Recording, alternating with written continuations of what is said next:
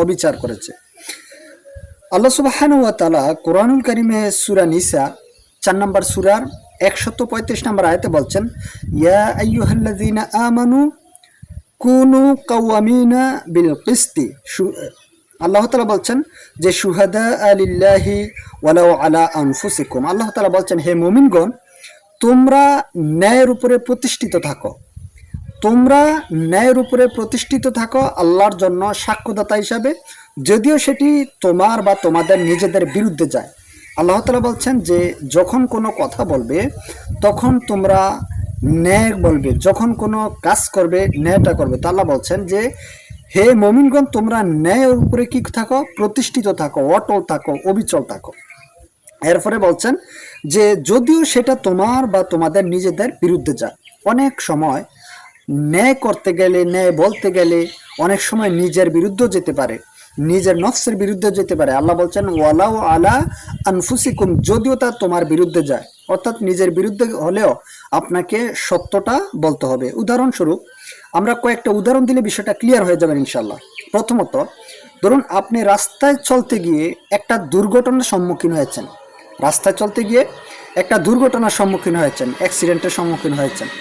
Accident করতে গিয়ে দোষটা মূলত আপনারই ছিল, অপরপক্ষের নয়, বা তারও ছিল সামান্য হয়তো, কিন্তু আপনারই বেশি ছিল। দোষটা কার বেশি ছিল? নিজের বেশি ছিল।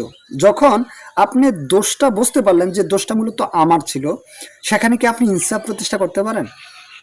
যখন লোকজন আসে তখন কি নিজের উপরে দোষটা চাপিয়ে অথবা নিজের দোষটাকে মানুষের সামনে প্রকাশ করে বলতে পারেন যে হ্যাঁ, এই দোষটা আমি করেছিলাম বা আমি এই দোষে দোষী?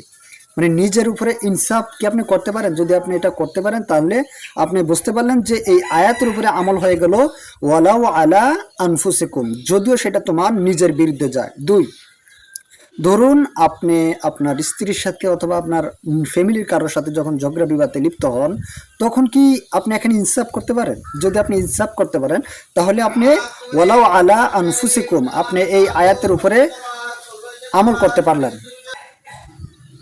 3 নাম্বার হচ্ছে, আপনার ছেলে মেয়ে, আপনার সন্তান সন্ততি যখন কারোর সাথে ঝগড়াতে লিপ্ত হয়,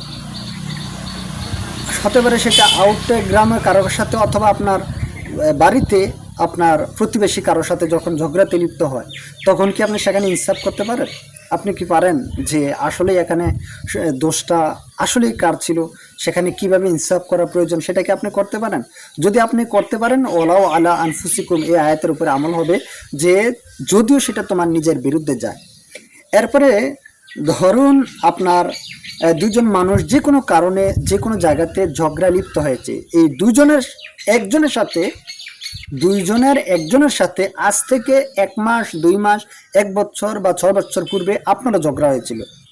এখন এই দুজন যখন ঝগড়াতে লিপ্ত হয়েছে, আপনি কি সেখানে ইনসাফ করতে পারবেন? নাকি আপনি ওই যে যার বিরুদ্ধে যার সাথে আপনার ইতিপূর্বে ঝগড়া হয়েছিল, আপনি তার বিরুদ্ধে গিয়ে ওই ব্যক্তির পক্ষ নেবেন? কি করবেন এখানে? তাহলে এখানে যদি আপনি ইনসাফ করতে পারেন তাহলে ওয়ালাউ আলা আনফুসিকুম, যদিও সেটা তোমার নফসের বিরুদ্ধে যায়, আল্লাহ তাই বলছেন যে তারপরে তুমি কি করো? ইনসাফ করো, ওয়ালাউ আলা আনফুসিকুম। এইভাবে করে আমাদেরকে ইনসাফ বা আদল কায়েম করতে হবে কিসের মধ্যে? নিজের ব্যক্তি জীবনে।